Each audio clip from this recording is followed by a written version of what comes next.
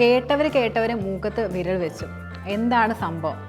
അതായത് കോടീശ്വരൻ പിതാവ് മക്കൾക്ക് നൽകിയത് സ്വത്തിൻ്റെ 1%, ബാക്കി 99% മാറ്റിവെച്ചത് ജീവകാരുണ്യ പ്രവർത്തനങ്ങൾക്കും.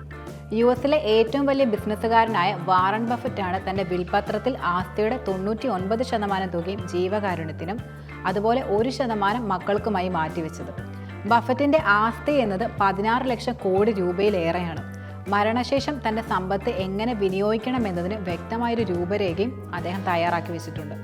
ഇപ്പോൾ ബഫറ്റിൻ്റെ മക്കൾക്കാണ് അദ്ദേഹത്തിൻ്റെ ജീവകാരുണ്യ സംഘടനയുടെ ചുമതലയൊക്കെ ഉള്ളത്. ബഫറ്റിൻ്റെ മക്കളായ ഹൊവാർഡ്, പീറ്റർ എന്നിവരൊക്കെ കൈകാര്യം ചെയ്യുന്ന വിവിധ ചാരിറ്റബിൾ ഫൗണ്ടേഷനുകൾക്ക് $100 കോടിയിലധികം വാറൻ ബഫറ്റ് അടുത്തിടെ സംഭാവന നൽകുകയൊക്കെ ചെയ്തിട്ടുണ്ട്.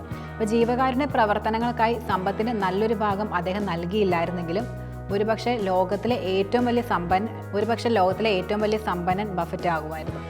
Bill Gates, Michael Bloomberg, Ratan Tata തുടങ്ങിയ വ്യവസായികളെല്ലാം തന്നെ ജീവകാരുണ്യ പ്രവർത്തനങ്ങളിൽ വളരെയധികം പേരുകേട്ടവരാണ്. പക്ഷേ ഇവരിൽ നിന്നെല്ലാം തികച്ചും വ്യത്യസ്തനാണ് വാറൻ ബഫറ്റ്.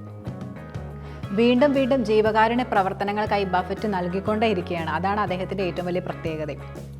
വാറൻ ബഫറ്റിൻ്റെ ഭാര്യയായ സൂസി ബഫറ്റ് മരിക്കുമ്പോൾ എസ്റ്റേറ്റിൻ്റെ മൂല്യം തന്നെ ഏകദേശം $300 കോടിയോളമായിരുന്നു.